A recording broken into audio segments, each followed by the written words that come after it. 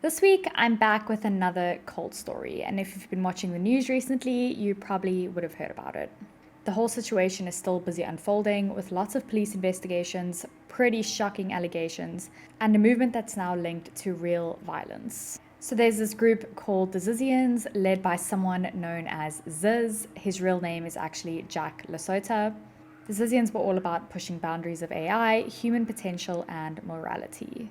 But things didn't exactly stay within the realm of friendly debates and thought experiments. Recently, authorities have actually connected them to a violent murder, allegations of cult like control, and even what some claim were kill orders. So, who was this group? What did they actually believe? And how did their big ideas lead them down to such an extreme path? This one is fascinating, unsettling, and filled with lots of twists and turns, so get ready. And if you're new here, my name is Zizian, and I am a big fan of anything creepy, unsettling, morbid, disturbing, and if you're into that kind of thing, then you're definitely in the right place. So let's start off from the beginning. Who is Jack LaSota? So LaSota was a talented software developer from Alaska with strong technical skills and a very unconventional way of thinking.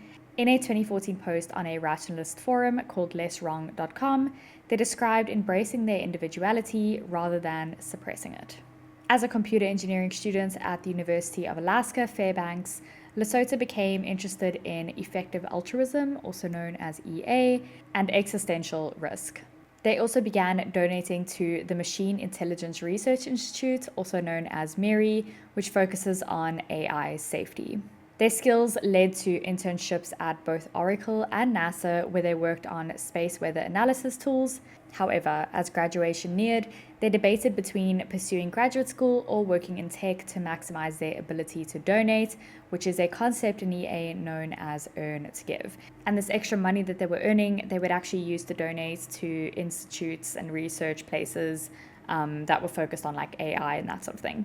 During this time, LaSota became very involved with the rationalist community, and if you're not sure what rationalism is, it's known as the practice or principle of basing opinions and actions on reason and knowledge rather than on religious belief or emotional response.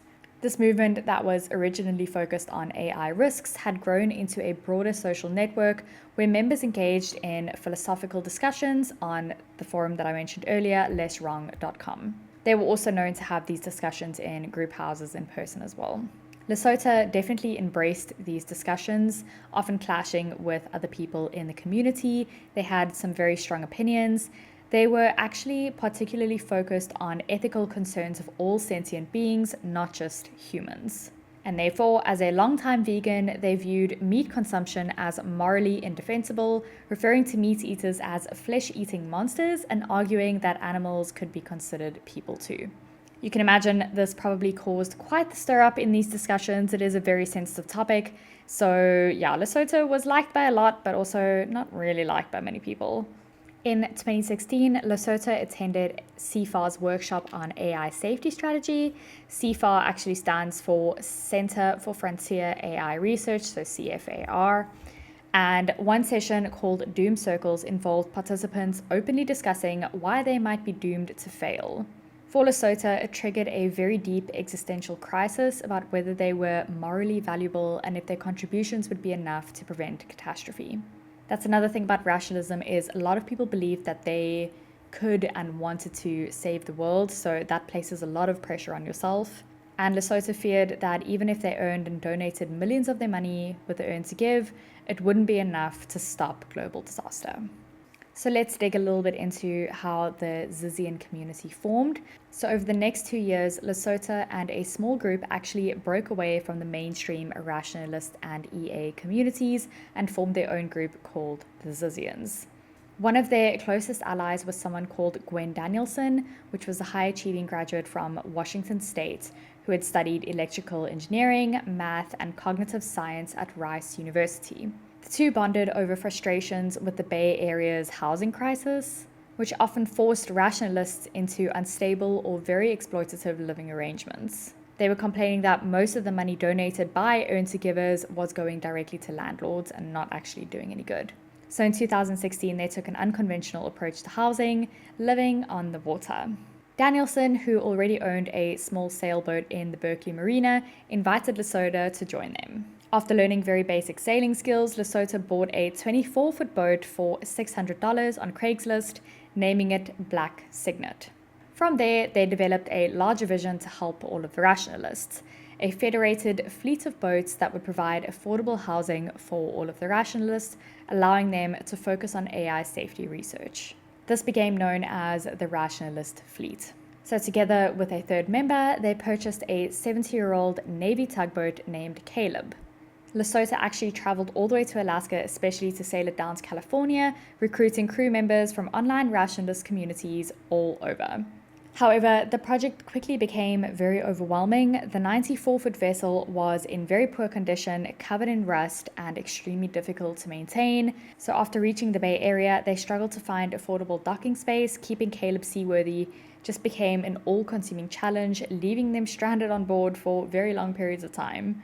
During this whole ordeal, LaSota and Danielson got together and developed their own philosophical ideas. Danielson developed an elaborate psychological theory around brain hemispheres, soon taken up by LaSota as well. The idea was that a person's core consisted of two hemispheres. One is intrinsically good and the other non-good. In very rare cases, they could also be called double good, which is something that LaSota actually identified in themselves. A person's two hemispheres could also be at war with each other, but it was possible to gain awareness and even control of them through a process called debucketing. LaSota and Danielson began experimenting with something they called unhemispheric sleep, which they believed allowed them to put portions of their brain into slow wave sleep while remaining consciously awake. I don't know, that just kind of sounds like lucid dreaming to me, but anyways, as time went on, LaSota's beliefs just carried on becoming more and more extreme, and they really wanted to form a very tight-knit elite group of people who all believed in the same thing. LaSota wrote extensively about these ideas on their blog, sincerely.fyi, where they published over 100,000 words on topics ranging from artificial intelligence and engineering to psychological manipulation and even gender theory. Over time, their writing became increasingly difficult to understand and follow, even for those that were quite familiar with rationalist philosophy and jargon. While many in the rationalist community dismissed LaSota's ideas, some found them pretty compelling. And alongside Danielson, they gained support from someone called Emma Boranian, a former Google engineer, and Alex Leatham, a mathematician who had studied at UC Berkeley and UCLA. These supporters felt pretty strongly that the Murray and CIFAR were failing to take AI risks seriously enough. Remember, I mentioned them earlier. The one was a Center for Frontier AI Research, and the Murray is the Machine Intelligence Research Institute. After months, eventually the Rationalist fleet had collapsed. After months of struggling to maintain Caleb, the Coast Guard actually had to intervene in November of 2017 when the 345-ton tugboat broke free from its anchor and collided with other vessels. The cost of upkeep just became too high and the group abandoned the project. In 2022, the harbor actually spent over $50,000 to tow Caleb out to sea, where it eventually sank. But despite these setbacks, the Zizians remained very committed to taking action. So by November 2019, tensions between LaSota's faction and the mainstream rationalist community had reached a boiling point. The Zizians accused CIFAR of anti-trans discrimination and considered legal action. Their very confrontational behavior, both online and at the meetups they were going to, further isolated them and made people dislike them even more. Some rationalists found their rhetoric very alarming. CIFAR's executive director, Anna Salomon, admitted she felt extreme fear towards LaSota, and in a Discord post, LaSota actually warned that if Mary attempted to silence them legally, it would be an act of physical violence and it would justify self-defense. The Zizians were also angered by rumors that Mary had used donor funds to settle misconduct allegations. A former employee had published to a website accusing Mary leadership of statutory rape, although these claims were later retracted. After this whole incident, the CIFAR leadership banned them from attending the Westminster Woods reunion. LaSota and Danielson just arrived at the reunion anyway, wearing robes and masks, very strange, distributing flyers that declared that Miri and Sifa betrayed them. And also they were saying that it's not what it once seemed like it would become, and new things can be built. From this whole ordeal, and because they were barred and they went anyways, they all got arrested. And shortly after their arrest, LaSota and the 3 others spent several days in jail before posting bail. Prosecutors charged them with 5 misdemeanors, including false imprisonment, willful cruelty to a child, and wearing a mask for an unlawful purpose. Among this was also a felony conspiracy charge that carried the potential for a serious prison time in future. In legal filings and blog posts, they actually argued that they had traveled to Westminster Woods to protest Sifa's alleged cover-up of sexual abuse. They claimed that they had absolutely no knowledge that elementary school children would be on the property, or that the staff would interpret their presence as a security risk. They ended up accusing police of falsifying reports and the district attorney of pursuing malicious prosecution on trumped-up charges. Their supporters, of course, echoed these claims. Michelle Zako, a trans rationalist not present at the protest, compared the police response to swatting, where false reports are used to send emergency responders to an innocent target. The group then hired a lawyer and filed civil rights complaints against Sonoma County authorities, alleging excessive force and misconduct. They claimed that their requests for same-gender searches were ignored, that male officers conducted intrusive searches amounting to sexual assault, and that they were forcibly stripped in jail while officers looked at their naked bodies. They also alleged that they were tortured, denied sleep, and kept cold and naked for days. With the onset of the COVID-19 pandemic, both the criminal and civil cases slowed. Meanwhile, the group became increasingly isolated. They were actually banned from lesswrong.com, which was one of the main forums where LaSota shared all of their beliefs, and they were barred from all CFAR events, very unsurprisingly. An anonymous rationalist then launched a website called Zizians.info, branding them a cult and alleging that LaSota's unhemispheric sleep practices contributed to the 2018 suicide of Maya Pasek. Maya was a trans woman who was connected to the group. LaSota, of course, denied this, but their own blog post titled Pasek's Doom, describing their shared exploration of psychopathy and brain manipulation, obviously did very little to dispel any concern that was going around. I mean, why would you even write such a thing? The fallout from the protest fractured any remaining ties between LaSota and the rationalist movement. They were completely on their own now. The growing hostility led some rationalists to worry about potential violence coming from the Zizians. One actually asked on Facebook if LaSota had any access to weapons, and CFAR reportedly hired professional security to make sure that they don't infiltrate any more events. In turn, LaSota and their followers became increasingly consumed with the idea of vengeance. A blog post by one of the Zizian allies actually stated that if someone's creative choice extended indefinitely across time, the only way to counter it would be to kill them.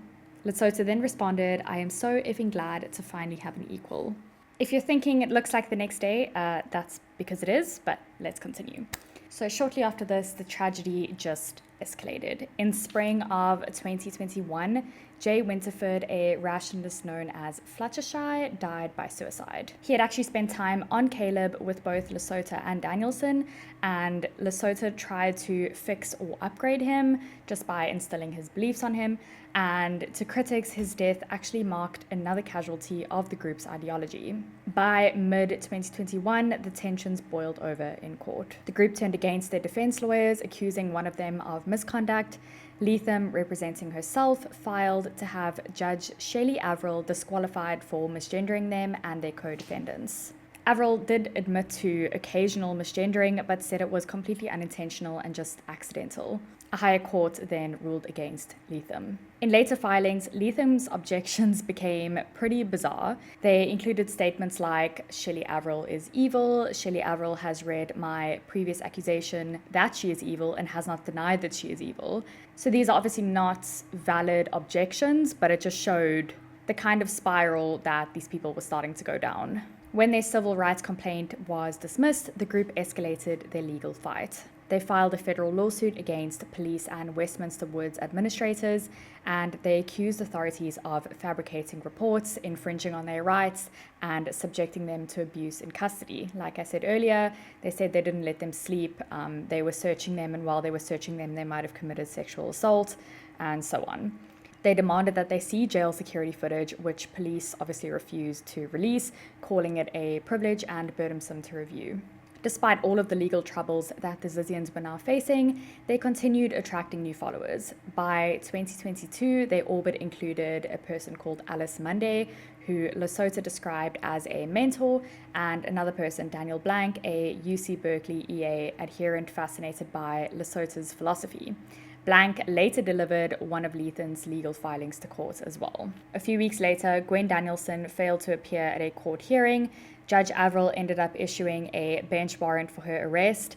Then, at a hearing at a federal lawsuit on August 19th, the group's attorney asked for a stay, announcing that he actually believed Danielson had died by suicide. And this is now yet another person who has supposedly died under this group's ideologies. So one half of the founding Zizian leadership was now completely gone. The other would soon disappear as well. Stay tuned. This is where it gets a bit wild. So on the night of August 19th, 2022 at 11:05 p.m., the Coast Guard Command Center in San Francisco revealed a distress call from a woman aboard a boat traveling south across the bay. The caller, whose name was Naomi LaSota, who's actually Jack LaSota's sister, reported that her 31-year-old brother Jack had fallen overboard somewhere south of the Bay Bridge. Naomi, Jack, also known as Ziz, and Emma Baranian had gone for an afternoon sail on Black Signet, LaSota's boat, and as they headed back to the marina, Naomi told the Coast Guard that her brother, referring to him as Ziz, had leaned over the motor and fallen into the water. According to official Coast Guard logs, Naomi said that her brother had not been wearing a life jacket and that she couldn't determine where he had fallen. She's not sure where he went. She was just giving very loose bits of information. So the Coast Guard, of course, launched a massive search deploying boats, helicopters, planes, and drones. Marine rescue units from Oakland and Alameda fire departments assisted in scouring the waters from Yerba Buena Island to the Golden Gate Bridge and all the way along the San Francisco coastline. Crews searched all through the night, even obtaining fatigue waivers to continue searching beyond their normal shift hours. But in the end, they found absolutely no trace of LaSota. At 3 a.m. that same morning, Naomi called the Coast Guard again. With the search operation focused elsewhere, she and Baranian had actually lost control of Black Signet, which was now drifting near rocks. So she called them because they now needed help and they should stop the search for her brother to help them. A rescue unit was then diverted to tow the boat back to Marina, and by 9 a.m., the officials had contacted LaSota's next of kin, and after a whole 18 hours of searching, the Coast Guard informed the family that they were suspending operations because they could not find anything. On top of this, their computer modeling indicated that LaSota could just not have survived that long in the water. More than 2 weeks later, the Daily News Miner in Fairbanks published an obituary for LaSota, who was now presumed dead. That November, Naomi actually filed for a death certificate supported by affidavits from herself and Baranian. The documents using LaSota's legal name stated that no one had seen or heard from them since they went missing on August 19th. So with both LaSota and Gwen Danielson presumed dead, the influence of the Zizian ideology within the rationalist community kind of just started fading. Even before these events, rationalist thought leaders on Less Wrong had actually begun discussing LaSota's impact as though they were no longer around. Meanwhile, some of LaSota's former associates, people that I've been speaking about just throughout this whole story, kind of moved on. Michelle Zyko, who I'll speak about in a bit, and Alice Monday relocated to a secluded 20-acre property in Coventry, Vermont, and Baranian and Alex Letham, two of the remaining Westminster Woods protesters and some of the original Zizians, were living on a property in Vallejo, northeast of San Francisco. So let's talk a little bit about what happened to Baranian and Letham, and then I will go into what happened to Michelle and Alice Monday. So the Vallejo property belonged to an 80-year-old Curtis Lind, a former shipworker who had converted the land into a makeshift settlement, just with RVs, decommissioned boats, and shipping containers for people to live in, just to make a little bit of extra money. And the area definitely had quite a bad reputation for crime. But nonetheless, Lind had been renting to tenants under informal agreements, but by 2022, he was actually attempting to evict those who had stopped paying rent because these people were pretty much criminals, so they weren't paying him rent. So he was trying to evict Baranian and Leatham, and in October, he won a $60,000 judgment against both of them. Then on November 13th, 2 days before the scheduled eviction, events at the property spiraled into chaos and violence. According to Lind's account to the police, Suri Dao, a member of the group, lured him out of his trailer by claiming that there was a water leak at one of their houses, or RVs, I'm not sure which one they were staying in. But once outside, Lind was completely ambushed by all these people. He was stabbed more than a dozen times, including through the eye, with kitchen knives. At some point, Lind managed to pull a gun out and fire. He managed to strike Leatham twice, but Leatham in turn allegedly drove a samurai sword through Lind's shoulder and out his stomach. Lind then shot and killed Baranian. So just a very chaotic event that completely spiraled out of control because these people were asked to be evicted.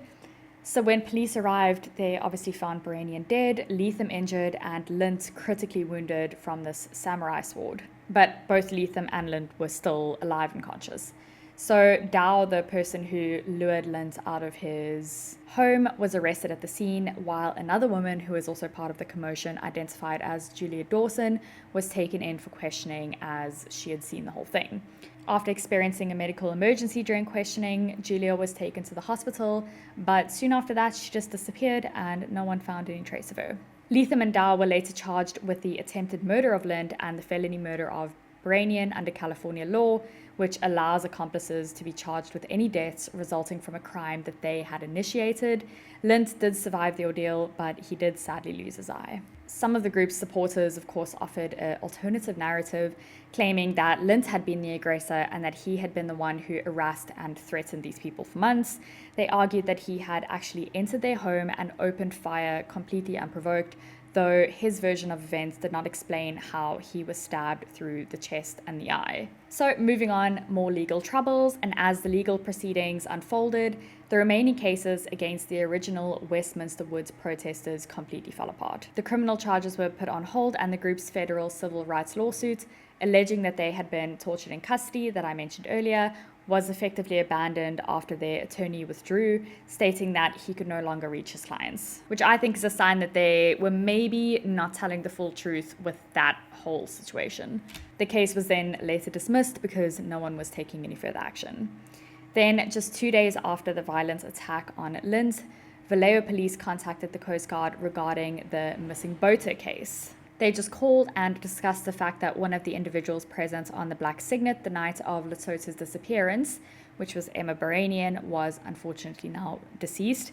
But there was another revelation: LaSota was apparently alive. According to the detective report, LaSota had been living in Vallejo for the past 6 months, and Julia Dawson, the person who was taken in for questioning and went to the hospital and then just completely disappeared, was actually LaSota. So LaSota had actually faked his death the night that he fell overboard the Black Signet, and my suspicion is that when Naomi called in the Coast Guard and said, "Oh no, they're drifting towards rocks, they don't know what to do," that was actually their way of distracting the Coast Guard so that LaSota could possibly just exit the water. Although it was 3 hours after he fell overboard, I'm not entirely sure what the situation was, but the whole thing was very sketchy. Okay, cool. So that is Leatham and Baranian's story done. Leatham was wounded, Lind was wounded, their landlord, and Baranian was deceased, and LaSota was also living with them during that time. So now we're just going to speak a little bit about the other two that I mentioned earlier, Michelle Zako and Alice Monday. So these are people who joined a little bit later in the Zizian cult, but they definitely contributed to some of the bigger, more violent events that were tied to the group, some of the more recent events that you may have heard of on the news. So by 2019, Zako, known as Jamie within the Zizian circles, relocated to California, where she became immersed in the Rationalist community and started dating Alice Monday.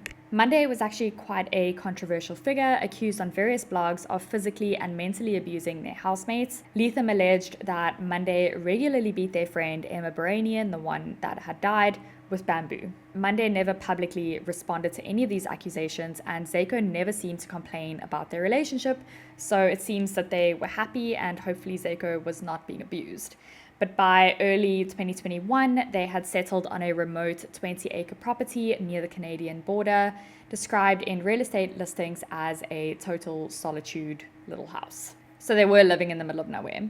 Michelle's aunt, Roseanne, noticed that after moving to Vermont, Michelle became increasingly estranged from her family, which she attributed to her California friends, particularly LaSota.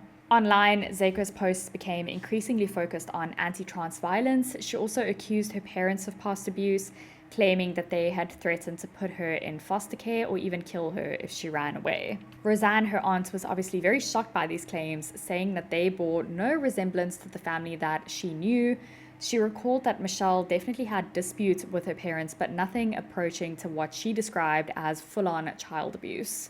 By 2021, Zico had purchased additional land in Derby, Vermont, 15 miles from her first property. Though it's unclear how long she and Alice Monday remained together, by early 2022, she blogged about a renewed contact with LaSota. According to Zico, LaSota had accused her of gossiping and manipulating people. They then allegedly gave Michelle Zico an ultimatum. The only way to regain their trust was to murder Alice Monday. Zico claimed that LaSota actually provided very detailed instructions, including how to construct a DIY suppressor and use lye to dispose of the body. If Michelle refused to do this, LaSota actually threatened to drive across the country and kill both her and Alice Monday. She seemed quite torn between believing it was a rhetorical mind game and fearing that LaSota truly meant to kill her. Back in Chester Heights in Pennsylvania, Michelle's parents, Richard and Rita Zico, lived in the stately home that they had owned since the late 1980s. Roseanne, who I spoke about, Michelle's aunt, often spoke with Rita on Sundays, bonding over their shared role as caregivers. But on December 31st of 2022, she reflected on the past year, hoping for a catastrophe-free 2023 after all of the stress that Michelle had brought her. The next morning, Roseanne texted Rita on New Year's Day, just saying Happy New Year and greetings for the new year, but unfortunately, she received no reply. 3 days later, Roseanne got a call from her brother-in-law. Unfortunately, Rick and Rita had actually been murdered. Sometime later on New Year's Eve, police determined that someone had entered Richard and Rita's home and shot both of them in the head with a 9mm handgun. There were no signs of forced entry into the home, leading authorities to suspect the killer was definitely someone they knew. A search warrant application later revealed that a Ring camera across the street had recorded a car pulling up to the house at 11:29 p.m. 2 minutes later, a high-pitched voice was heard shouting things along the line of, "Mom, oh my God." Two figures then entered the house and then left 9 minutes later, driving away. The Zicos were actually killed in Michelle's childhood bedroom. December 31st was also her birthday. Roseanne was of course devastated by this news, and she briefly wondered why Michelle hadn't called with the news, then assumed that Michelle might have been in shock, but soon the truth would of course emerge. Then 3 days later, after Rita and Richard were found murdered, Pennsylvania state troopers traveled to Vermont to interview their daughter Michelle. They found her at a Coventry property alongside Daniel Blank, someone who I also spoke of, who's part of the cult. He was that Rationalist from Berkeley, known for assisting Alex Leatham with their court filings. Michelle seemed pretty uncertain about when she would return to Pennsylvania for her mom and dad's funeral arrangements. She told officers that she hadn't actually spoken to the parents since January of 2022 and had been in Vermont with Daniel Blank on New Year's Eve and hadn't even visited Pennsylvania before the pandemic. So that's pretty suspect to me. I mean, any normal person would definitely go back home if their parents were murdered and they needed funeral arrangements. When asked about firearms, Michelle retrieved a 9mm Smith & Wesson and handed it to the officers, who inspected it, but they just lacked the warrant to confiscate it, so they couldn't do any further investigation into it. The officers also noted that the property had a shooting range on it and discovered that Michelle and her associates had turned off their phones on the night of the hours leading up to the murder. making it difficult to track their movements and obviously creating even more suspiciousness around them. On the 9th of January, Michelle unexpectedly arrived at the Delaware County Medical Examiner's office seeking death certificates for her parents. Police tracked her to the Candlewood Suites Hotel but waited before they approached her. 3 days later, she attended a small graveside service for her parents, wearing a mask and acting pretty paranoid. This raised even more suspicions among everyone in the police. And then that night at 9 p.m., Pennsylvania State Police arrived at Candlewood Suites with a search warrant to obtain Michelle's DNA and locate the handgun that she had shown them. They obviously believed that this was the murder weapon on the night. And when Michelle hesitated to open her hotel room door, officers used a key card to enter. As they escorted Michelle to the lobby, she shouted to the hotel staff to inform Daniel Blank that she had been arrested. When officers knocked on Daniel's door, he refused to open it and asked for a lawyer. So instead of forcing entry, the police obtained a second warrant. Surveillance footage from the hotel actually showed Michelle carrying a bag to Blank's room the previous night, leaving it outside his door. And by 12:30 a.m., a Vice unit breached room 111, which is where Daniel Blank was staying. Inside, they found Blank hiding in the bathroom, and alongside him, an unexpected figure. Troopers found a 6'2", 200-pound individual lying completely unresponsive on the bathroom floor, seemingly unconscious. When officers physically placed the person's finger on a mobile fingerprint scanner, a match came back. And this person was, of course, Jack Ziz LaSota. They had finally found him. LaSota was then transported to a hospital where doctors found no medical issues. They're not sure why LaSota was unconscious. Then they were arrested and charged with disorderly conduct and interfering with a police investigation. Meanwhile, police searched for Michelle's green 2013 Subaru parked at the hotel and found a whole $40,000 in cash under the front passenger seat. Inside room 111, officers discovered a cloth bag containing the same 9mm handgun that Michelle had showed the officers previously, along with 5 boxes of ammunition. Despite this, Michelle and Daniel Blank were released, never returning for the cash or car. Only LaSota remained in custody. By May of 2023, LaSota was still in jail with an initial bail set to $500,000, which was later reduced to $50,000. At a hearing, LaSota's attorney, Daniel McGarrigle, argued for dismissal, claiming police hadn't initially come to arrest them and that lying on the floor wasn't actually a crime. Authorities, however, seemed pretty intent on holding LaSota while they investigated the murders of Michelle's parents. Yet, despite suspicions, authorities were strangely passive about other potential charges. LaSota still had an active felony warrant in California, had faked their death, potentially a federal crime, and had fled the scene of the Vallejo SWAT attack. However, no California law enforcement showed up to question them. Even the discovery of the 9mm Smith & Wesson handgun in their hotel room did not lead to a firearms charge. And we'll speak a little bit more about this later. In June of 2023, Judge Capelli reduced LaSota's bail to $10,000 unsecured, meaning that they could actually just sign a pledge and walk free. Around the same time, Michelle Zako called her Aunt Roseanne for the first time in months. She claimed that she wasn't responsible for her parents' murders, but she knew who was. Apparently, lesswrong.com did it, that forum that we spoke about earlier. She said that she insisted that she was being targeted. Shortly after, the Vermont trust that owned her former home sold the property. Realtors found it abandoned, pipes burst from neglect, Daniel Blank had vanished. His family filed a national missing persons report stating that he had last been seen in Pennsylvania. So now Daniel Blank is missing too, but LaSota is now found. On the 21st of August 2023, LaSota finally appeared in court. A woman with grey blonde hair wheeled them in, their face hidden behind a N95 respirator, and when their attorney asked what was wrong with him, they didn't respond. The case was then rescheduled to December, and LaSota's mother wheeled them out of the courtroom.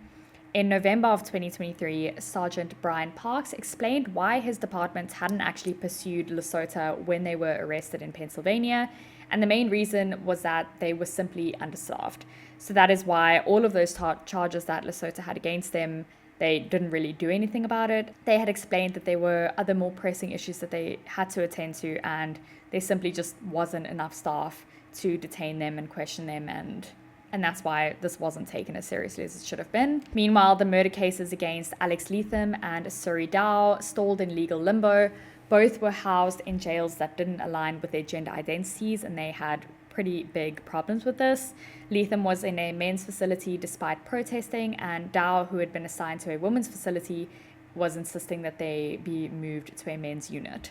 Both had also allegedly attempted to escape where they were staying in jail. Lethem just tried to slip past a distracted guard while sleeping, and the other time they requested a wheelchair and tried to run away.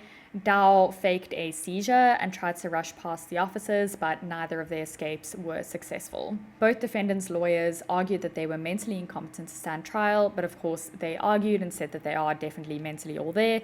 The judge disagreed, and after reviewing medical testimony, he ruled that Lethem was developmentally disabled and incapable of cooperating with counsel. Lethem was then committed to a mental health facility for up to 4 years, with the trial only possible if they were later deemed competent. Dow's lawyers filed a similar motion, citing depression, psychosis, and self-harm since the termination of their hormone therapy.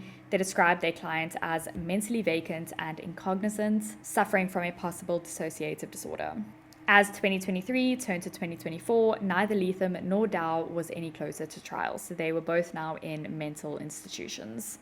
By December of 2023, LaSota was due for trial in Pennsylvania on charges of disorderly conduct and interfering with a police investigation.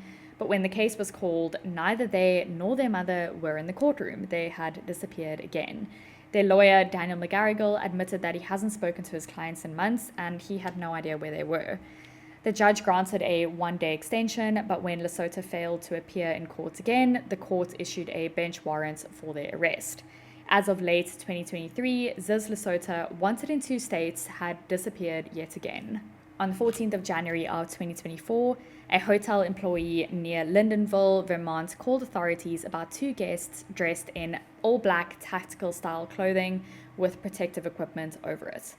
One of them was actually openly carrying a gun as well. Vermont State Police and Homeland Security agents responded, speaking with the pair, who were now identified as Teresa Youngblood and Ophelia Bockholt, who claimed that they were looking at property but refused to elaborate. That same day, they checked out of the place and moved to Newport, Vermont, where law enforcement kept pretty good surveillance on them because they were being a bit sketchy. 2 days later, on the opposite coast, prosecutors in California prepared for the long-delayed trials of Alex Lethem and Suri Dow.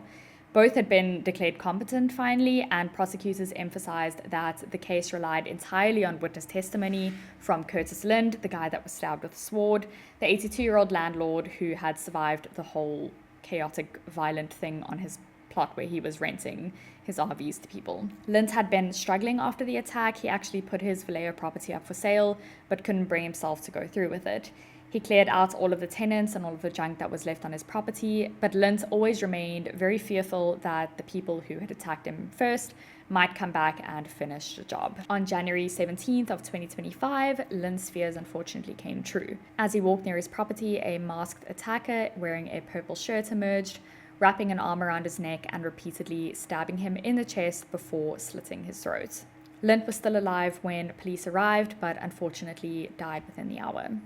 2 days later, on the 20th of Jan, Youngblood and Bockholt were spotted again in Newport. These were the people wearing the black stuff in their protective gear, and they were still wearing that when they were spotted again. The next day, they were seen at a Walmart buying aluminium foil.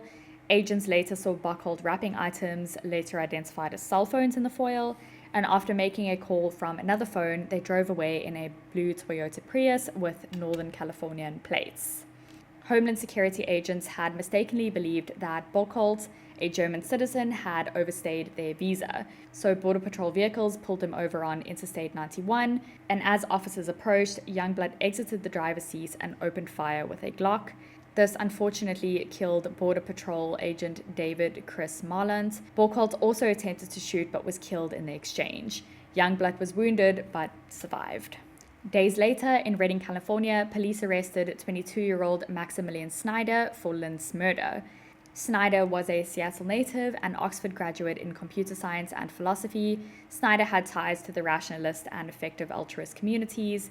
His involvement shocked former classmates, one of whom described him as a macho and very obnoxious person, but found it hard to imagine him deeply involved with Youngblood, which was his alleged accomplice.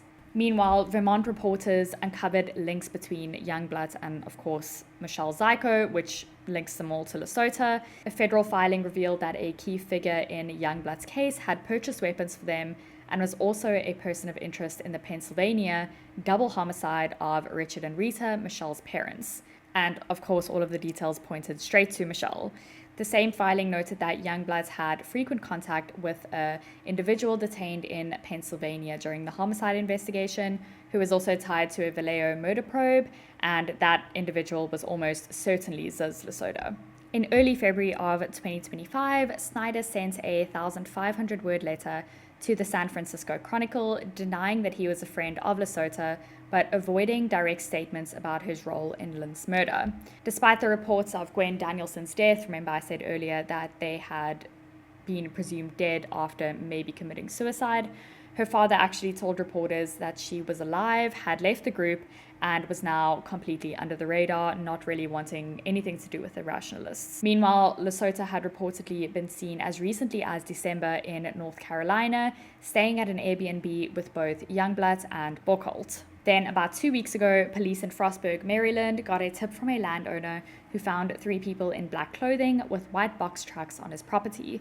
They asked to camp for a month, but he recognized them from the news and then immediately called police. Maryland state troopers and local deputies arrived to find Daniel Blank sitting in one of the trucks. When ordered to show his hands, he claimed that he had a learning disability and couldn't understand. Officers then approached the second truck, where a figure wiped fog from the window. Upon opening the back door, they found both LaSota and Michelle wearing ammo belts.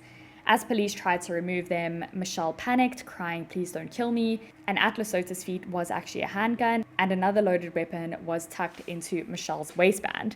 All 3 were then arrested for trespassing and obstruction, with additional weapon charges against LaSota and Michelle. Both Michelle and LaSota had tried to change their appearances. Zyko had actually cut their hair short. LaSota still had sandy, long blonde hair, looking nearly the same as they had in their first arrest at Westminster Woods 5 years earlier. So on the 16th of February, LaSota was arrested in Maryland along with Michelle Zyko and Daniel Blank. They faced charges including trespassing, obstructing and hindering, and possession of a handgun in a vehicle. A judge then ordered that all 3 be held without bail on the 18th of February. So that's where things stand with the Zizians at the moment, and that is probably all of the news stories and news reports that you've been seeing, is that they've managed to finally catch LaSota and Michelle, and they finally managed to place some sort of charges against them because they now have evidence. So what started as a very niche group in the rationalist and effective altruism communities spiraled into something way more extreme, pushing very radical ideas about morality, power, and action. And now some of them are facing very serious charges, including murder and attempted murder. So we'll have to wait and see how the legal side plays out, but one thing's for sure, the story is not over yet. I will definitely be keeping up with the news and seeing what happens, and I hope that all 3 of these people go straight to prison. But if you enjoy cases like this, and if you enjoyed this video, don't forget to like it and subscribe. And if there are any updates in this case, I will make sure to hopefully include it in future videos so that we all know what's going on. And I will see you in next week's video. Bye!